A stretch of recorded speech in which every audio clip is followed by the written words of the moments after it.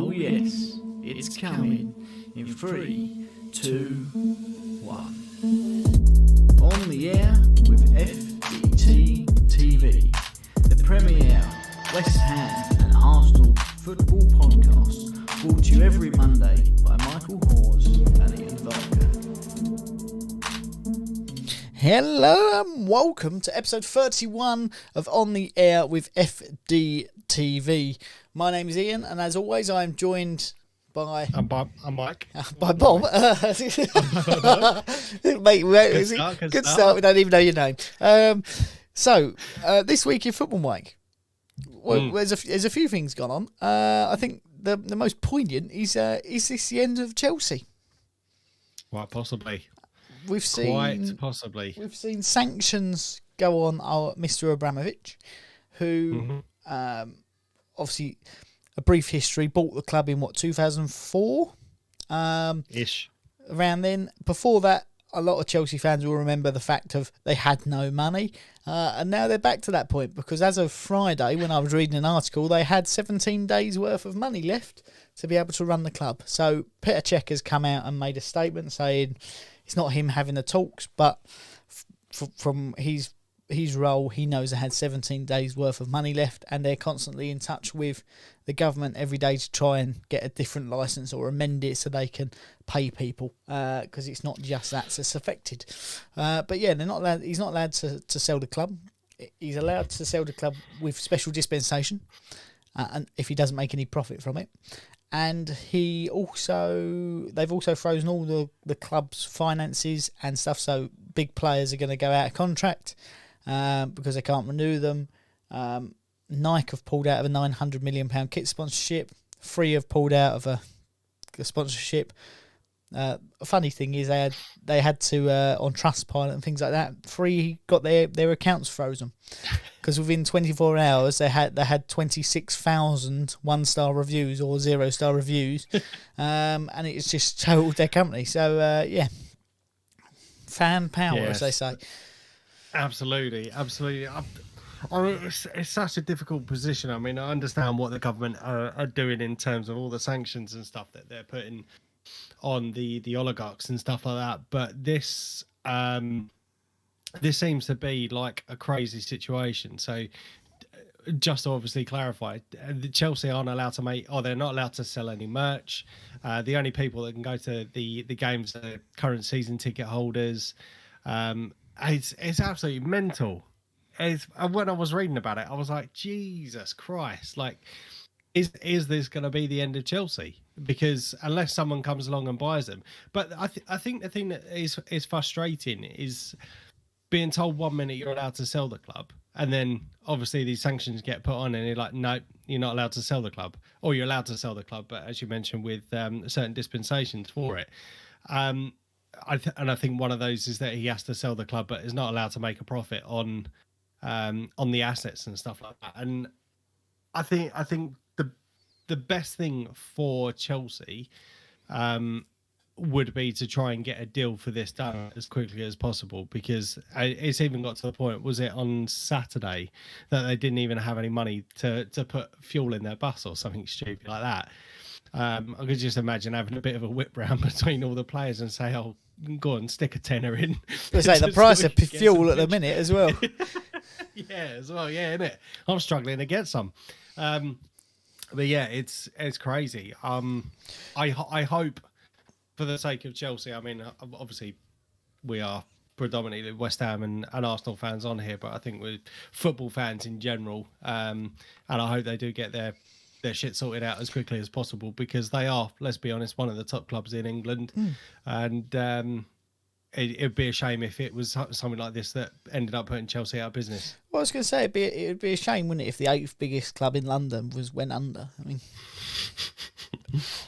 only Josh. Well, not as big as West Ham, I know. No, because we're massive, mate. So here's the thing, right? And this was an interesting point for me. I was reading about. He's put originally, before the sanctions came in, he put the club up for sale for £3 billion. He was going to take his 140 million that he bought the club for, and then he was going to set up a charitable foundation to support those who have been displaced from Ukraine because of invasion, which I think is a really nice thing to do, because he didn't have to do that. So the Saudis came in, from what I've read, I can't corroborate if this is 100% true, with £3.5 billion worth of stuff, so 500 million over what he's asked for, and he said no, because of the human rights things. If they're trying to sanction me, it will only be a matter of time because they do that, and I don't want to do that to Chelsea fans. So he could have just gone, I'll take £3.5 billion and walk away straight away. So I think they're lucky that he, and it's weird to say loves the club, but has an affiliation with the club, and he enjoys it. He hasn't done it through the fact of trying to make money out of it. He does it because he wanted to own a football club and win things with a football club. And I think they're quite lucky in that sense. On the other hand, Newcastle fans had a great bit of banter with it, singing "Mike Ashley's coming for you." which if I'm honest, I imagine he'll probably throw his hand in the hat if it goes to the point where they're like, oh yeah, we can't run anymore.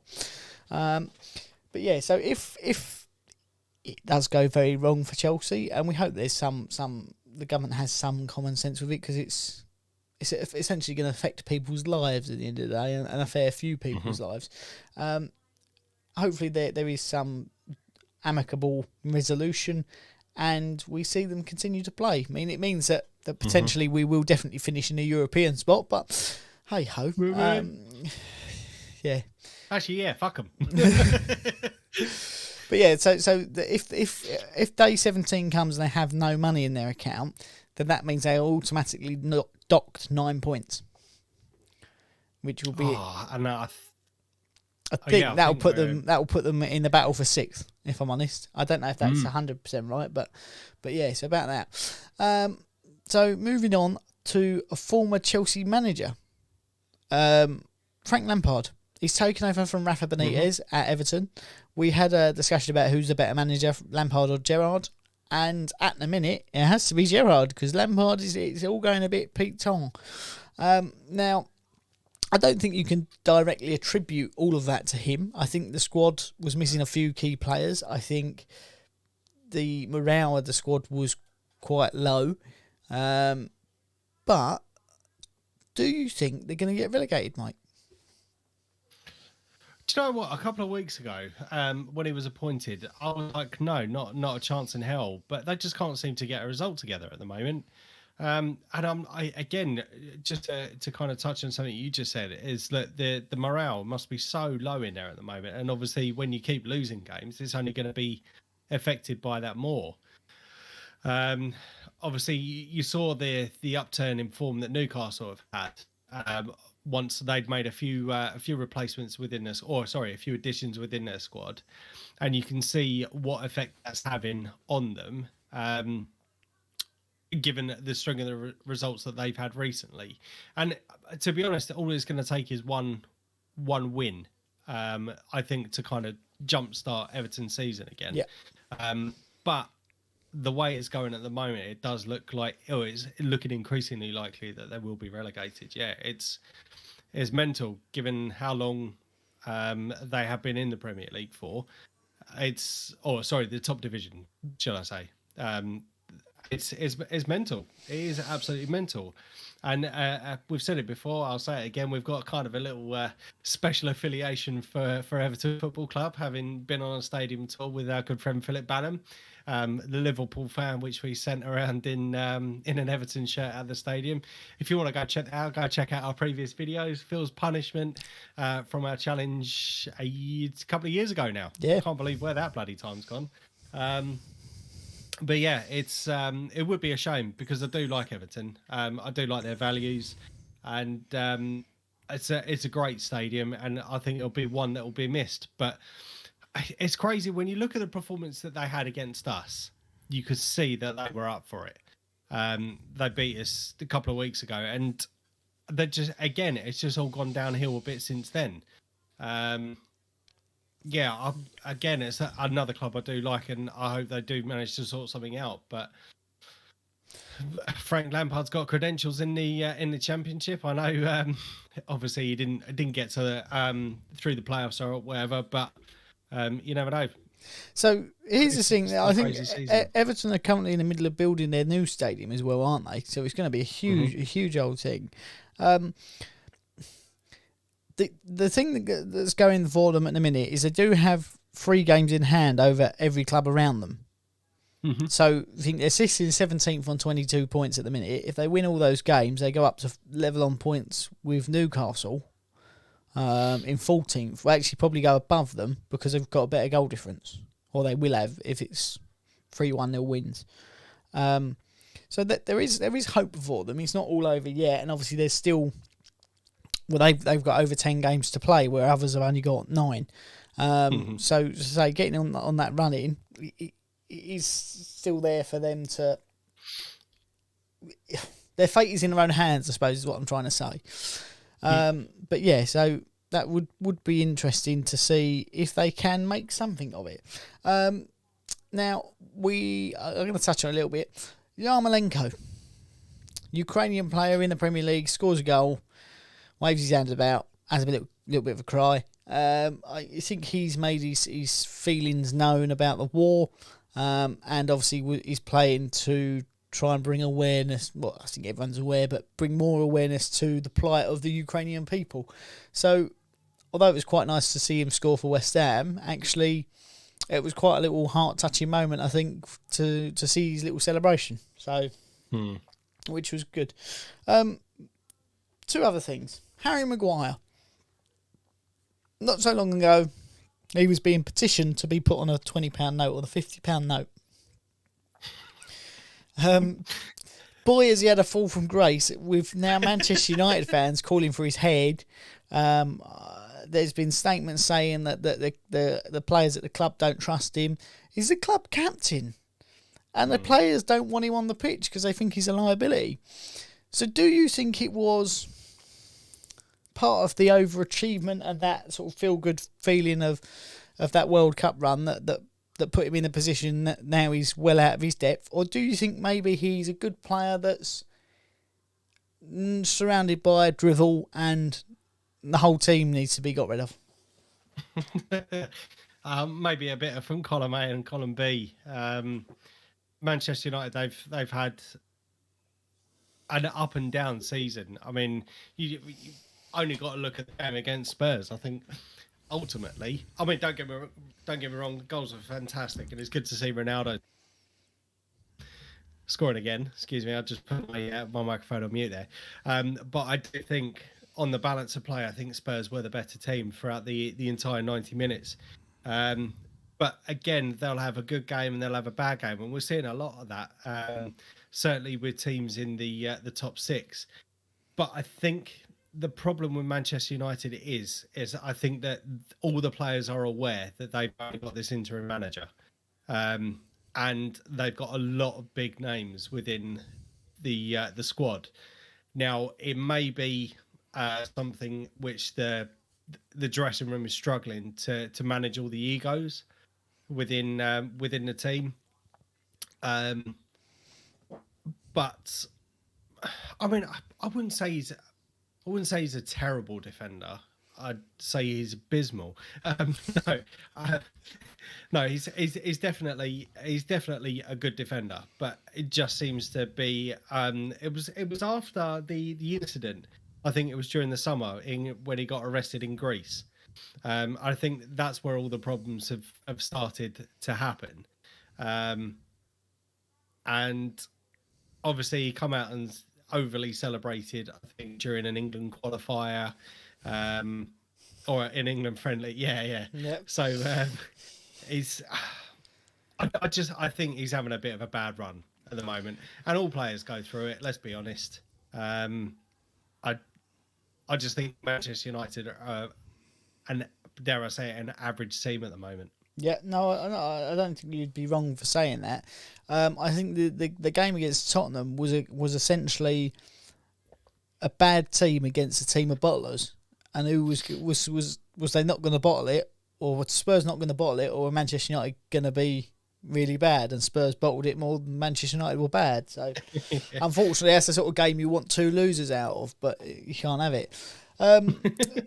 Do you think maybe he's trying to do too much? When you watch him play, he's always trying to dribble on the ball on these fancy little sideways passes. Do you think maybe he should go back to his roots of being slabhead, get your head on it, put it in Rose's head, big tackle, just basic defending? Like, you've got Raphael Varane next year, who's been phenomenal for years. You think, let him do the fancy things. You just clear your lines and do what you need to do. Do you know what I mean? It seems to me maybe he's gone, I'm playing at Manchester United, I've got to do all this fancy stuff. And it's like, well, no, do what got you to the show. Do you know what I mean? I think you are definitely right there, and I think there's a lot of that. But I think where we're seeing the modern game at the moment is that you do need to have these players that are comfortable on the football to be able to play it out from the back and all that sort of stuff. And it's something that I've noticed certainly from us just recently. I mean, we had a bit of a dodgy patch a couple of months ago, and it was these silly mistakes where you do try and faff around with it. You end up giving the ball away and conceding stupid goals. But I'd say certainly over recent weeks, we are seeing a lot more of a fucking have that sort of thing. Just get rid of the ball. And I think one of the differences between that is that we're not playing a lot of passes out into the centre backs. Yep. Because I think where you've got the striker, where he's always kind of in or around the centre backs. I know you can obviously have people pushing on and dropping off or making options, but at the same time, if you play it out to the wings, it then eliminates that need. And I think we've been a lot more successful recently by playing it out to the wing backs or the fullbacks. Yeah. But again, I think there's too much emphasis on being able to play out from the back. So just if you are in that position, obviously try and look for the easy pass, but don't faff around with it. Just get rid of it. I think there's a lot to be said for not overplaying the ball. I think you've got to have two ways of playing, and you've got to be able to judge that situation right, and not go, oh, I'm going to stick to the philosophy regardless of what's going on. But that, I think, takes us quite nicely, Mike, into Arsenal. We've touched on it there. How did you get on this week? Brilliant result. I've got to be honest, I was a little bit worried coming into this game, just because Leicester have had a really good run of form recently. A good run of form recently, should I say. And it always seems to be a game. If I've got to be honest, if Jamie Vardy was fit, he probably would have done what he does best. I think he scored 11 goals in 14 games against us, and no doubt it would have been another one had he been on the pitch. So I think that was kind of a bit of a blessing in disguise. However, they did suffer a little bit defensively with the pace of Martinelli, Saka, and dare I say it, Lacazette as well. Lacazette definitely seemed up for it. But yeah, we come away 2-0 winners. Thomas Partey scored a glorious header. Poor defending. It was just off the front post, and basically headed it behind him to score a goal, which was brilliant. The second one was a Lacazette penalty. Just talking about the penalty incident very quickly. It took a couple of minutes, obviously, for the referee to decide it was a penalty, and that is one of those times where I do have to say that I'm glad VAR was there, because they had to look at it, I'd say, from about 6 different angles, and it was only really evident on one angle behind the goal where you can see Soyuncu, his hand towards the ball, and it's only then you can see the slight deflection from his hand. So I'm glad it was there on that occasion. I'd say there was possibly a couple of other decisions which I'm surprised didn't go to VAR, but that being said, coming away 2-0 winners, I'm really happy with that. Another 3 points and back up into fourth. Yeah. So with obviously saying going back into fourth, you're now, if you win your 2 games in hand, potentially two points behind Chelsea. Obviously, you got a worse goal difference. Do you potentially think you could could creep up that table a little bit further than maybe what you would have originally thought at the beginning of the season? Do you think you might nip a third, or even put a late challenge in for a second? No, Liverpool and Man City are definitely going to run away with it. They are the two teams, I think, which are going to battle it out towards the end of the season. Chelsea, one of those games in hand we've got is at Chelsea, and the other game in hand is, that we've got against Liverpool, which is coming on Wednesday. But don't also forget we've got the game against Spurs as well. So that's 3 games in hand we've got at the moment. I don't fancy our chances against Liverpool. I'll come on to that in a bit. Chelsea, I think they're a brilliant squad, but do I think we've got enough to beat them? Possibly not. So that's 6 points there. Tottenham, with the season that they've been having, we've already beaten them once at the start of the season, but you just don't know what Spurs is going to turn up when we play them again. So I still say we are battling for 4th. If we can get 3rd, then I think that's an absolutely outstanding season, but I would settle on 4th. But effectively just being back in Europe, I think, will be sufficient enough. It's progress for us this season. Yeah, absolutely. But I'd much rather obviously be in the Champions League. We'll definitely be able to see the team, or you can see it. I think I've said this a couple of times already, that you can see that we've got an identity now, which is absolutely brilliant. It's taken a while to get there. It's taken a lot of dead wood to get out of the club for us to get there. And I still think there's room for improvement in some positions, but also we do need to recruit as well. But yeah, I think 3rd is slightly ambitious. 4th is more realistic. But again, I think I'd settle for just being back in Europe. Fair enough. And that moves us quite nicely on to West Ham, who we'll touch on midweek. We went to Seville. We lost 1-0 for the most prestigious team, I suppose, in the Europa League. Not a bad result. And then we come to the London Stadium midweek this week to try and get something out of it. Before the Aston Villa game, I was pretty confident that actually, even with Jared Bowen out, we can get something out of that game. We overturn that. The big crowd there wanting to win. It's a difficult place to go when everyone's singing from the same song sheet. But then we played Aston Villa, and we played very well. Ben Rama started, 2 assists. So Yarmolenko scored with his celebration.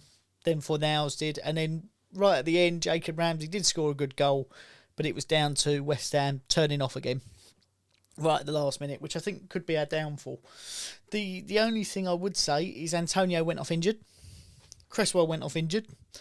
So Ryan Fredericks finished the game at right back. Sorry, excuse me. So now we're definitely without Jared Bowen. We're definitely without Ogbonna. Potentially without Antonio, and potentially without Aaron Cresswell. It leaves a very thin squad even thinner, and having to play the midweek game, which is important, to then move on to Tottenham. This could be the downfall of David Moyes, I think. And when we discussed it briefly before the podcast about the lack of transfers and that being the thing that turns the fans against him. If we'd bought a striker, even a backup striker, and a centre-back or a left-back, because, say, Craig Dawson's playing through injury with injections every game. He has been all season, apparently. So, with that being said, we should have brought in somebody, even if it was like, okay, this is a short-term deal. We're going to offer you 2 years because you're not in our long-term plans, but we need immediate cover. But it's not happened, and I can see the end of the season going quite wrong for us, because although we're in 6th now, it's still very, very tight. Mm-hmm. So the dog has just got into the bin. Nightmare. Back off, dog. I was in bed this morning, and we've been rustling about in his cage, and all of a sudden he got up the stairs. He found a little hole again and forced himself out of the tiniest little hole, and then jumped on the bed. So, yeah. Oh, he just wants to see his daddy. Bless him. Nightmare. Nightmare. But yeah, so I don't think there's anything else to say about West Ham really. So that moves us quite nicely on to our predictions. We make a prediction every week about generally Arsenal, West Ham games and other big games if they are about, and some other sporting events, if we remember. But Mike, what were our predictions for last week? Okay, so we just touched on the two games there. So West Ham versus Aston Villa, and then Arsenal versus Leicester. You predicted for a 3-0 win to Villa. I predicted 3-1 to Villa. Obviously, you come away 2-1 winners for that game, so no points for either of us. Just to clarify, you get a point for the correct result, 3 points for the correct score. So obviously, no points for either of us there. Arsenal Leicester, you had 2-1. I had a 2-2. Like I said, I was a bit apprehensive going into this game.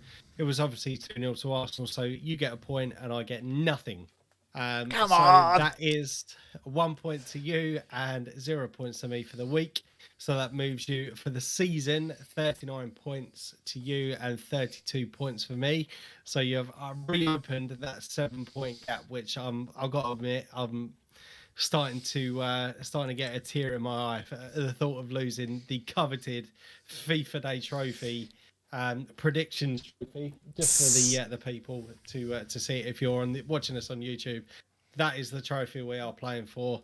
I'm currently the 2-time champion, undefeated, but it looks as if it's going to be going to you this year, which will be the only silverware that West Ham will win. Mate, we're still in Europa League. Shut up. So we go on. So going on to this week's predictions. Yeah. Obviously, we mentioned earlier, Arsenal are at home to Liverpool on Wednesday. We then play Aston Villa on Saturday. Yep. And you mentioned you've got the midweek game against Seville, but we mainly focus on the Premier League games. Just before we start, do you know what I would love? If we won the Europa League and you finished 4th, said you couldn't play the Champions League because we're in there. I would be. I think I'd be more unbearable than most Liverpool fans after they beat you 1-0. Yeah, got to get through Thursday, mate. We'll talk again next week. Or maybe not. So going on to the Arsenal-Liverpool game. So I've got to be honest. As I just mentioned, I don't fancy our chances in this one. I've said it before. No doubt we'll say it again before the end of the season. I think it's going to be a title race between Liverpool and Manchester City. If we come away with a point, I'll be happy. But let's be honest, Liverpool and Manchester City are on a different level than the rest of the league. Whilst we have made improvements within recent weeks, I still think we are a long way off for even competing for the title. But again, I'd love to see us back in Europe next year, or back in the Champions League. I think would be everyone's favourite. But with Liverpool's quality, I think we are going to get stuffed 3-1 on this one.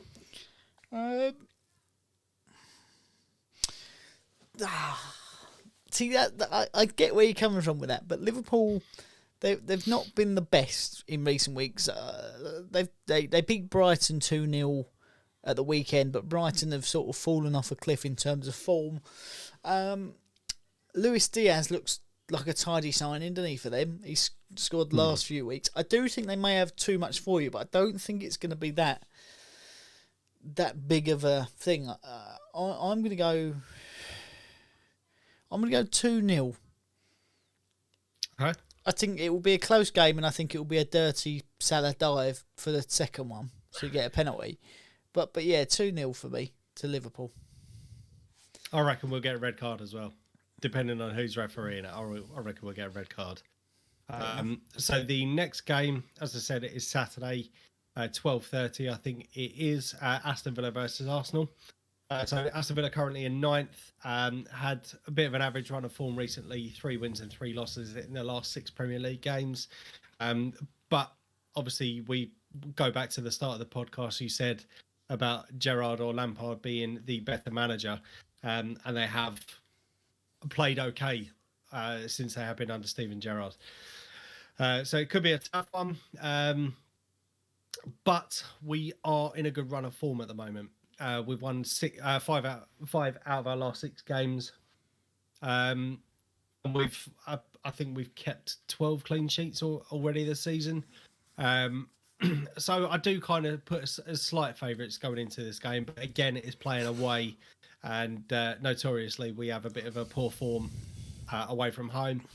But I'm going to edge us slightly on this one. I'm going to go for 2-1. Okay, fair enough. I think Villa were good against us. What I did notice is when Jack Grealish was there, he was known for jumping on the floor a lot. They did it a lot against us, and they played some decent football. And if they'd stayed on their feet rather than trying to win free kicks and penalties, I think they probably would have nicked us. I'm going to go 1-1 on this one. Okay. I think you might get a goal, but I think the midweek fixture as well is gonna start taking a toll.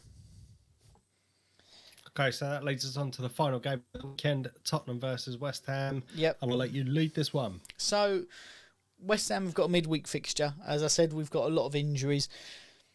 We've got to go for it on Wednesday. I don't think you can play a half team. You've got to put the strongest team out that you have. And for that reason, I'm going to say, I don't know, because Jared Bowen's definitely out. And I don't know about Antonio and Cresswell. If they miss Wednesday, they might make Sunday. But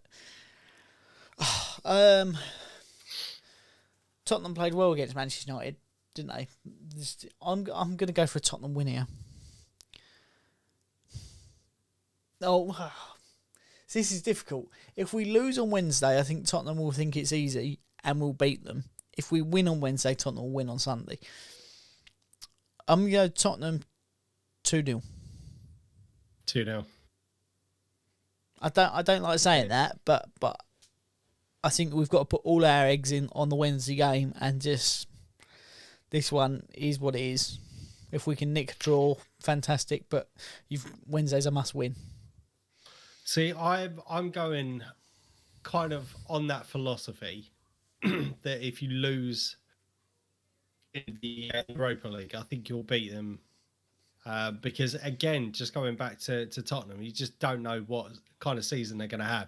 They're going to be hurting after that game against Manchester United because they managed to claw their way back into the game. And I know it was an own goal for the equaliser, but I think with the problem with Spurs is that they've been so inconsistent. When you look at when Conte come in, they looked like they were going to be a difficult team to break down. But I think after their first loss under Conte, it seems to have kind of gone a bit higgledy-piggledy.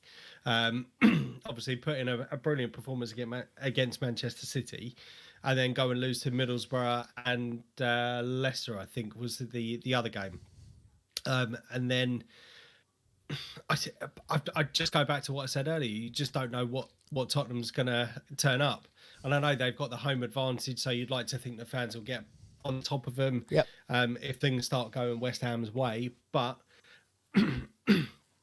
I think with you being out of the Europa League, I think this is going to be the one where Spurs slip up again. And we all know form goes out of the window. But I'm going to go for 2-1 to West Ham on this one. Yeah, fair enough. I'd take it if you said it as a guaranteed now. I'd take it. But yeah, with injuries, midweek game, you have to say on paper they should win. On paper. But that is our predictions. Let us know what your predictions are in the comment section over on YouTube. Make sure you subscribe while you're over there. Mike, have you got anything else football-wise for this week? I just want to give a quick shout-out to Ronaldo actually, because I know he's had a bit of an up and a downer season, but to be his age, still competing at the top level of football and to score a hat-trick, there's something different class about that guy. Absolutely. And do you know what? There's always I'll try that again. There's always been the debate between who's better, Ronaldo or Messi. I think I'm going to have to give it to Ronaldo. Oh, he's hands Just down. because, yeah, he's absolutely different class, that player. His desire to win is unquestionable. His physique is unquestionable. Just an all-round amazing player, and I think I've finally made my decision. It's always been a tough one, but I think the Ronaldo is definitely the better player for me. I think it's a mentality thing, isn't it? So here's a quick one then. He's played 24 Premier League games, whether that's coming on as a sub or just being on the pitch from the start. How many goals has he got this season?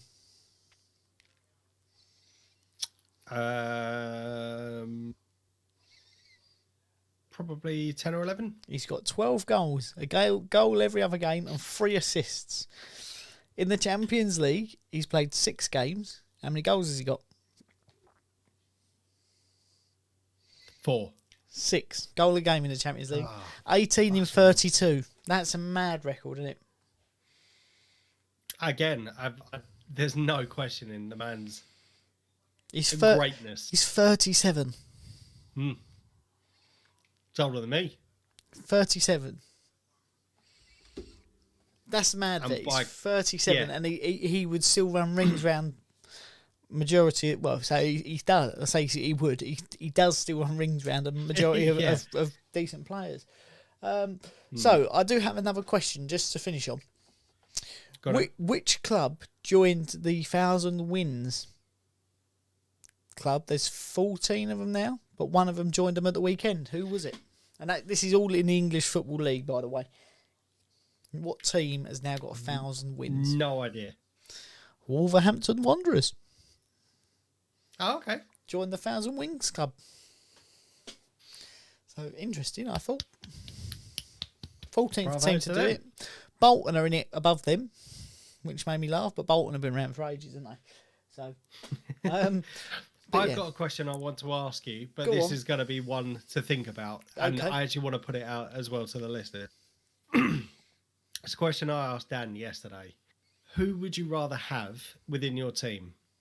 Martin Odegaard now or prime Mesut Ozil? When I say prime Mesut Ozil, I don't mean Real Madrid Mesut Ozil. I mean when he was at his best in Arsenal. Okay. I'll give you my initial, and maybe we'll retouch after I've done a bit of research, because I like a few stats, but maybe we'll retouch on it next week. So my initial thing would be Martin Odegaard now. The reason I say that is he's 22, and when you listen to what he says in his interviews, he's always hungry to improve and get better, and he wants to score more goals and get more assists, and I think his work rate is better than Ozil's. And I love that's exactly what I said. I love a work rate. There's no doubt Ozil was amazing and could pick out a pass from anywhere on the pitch in any situation. But when it come to if he had to track back, not always there. If he had to make a sprint to get forward, he would sometimes, but not all the time. So for me, the work rate. But let me do some research. Maybe we'll talk about it in a bit more detail next week. Absolutely. I'm up for it. Very good. Right, so until next week, I've been Ian. I've been Mike. Make sure you're subscribed, and we will see you very, very soon. Thanks very much.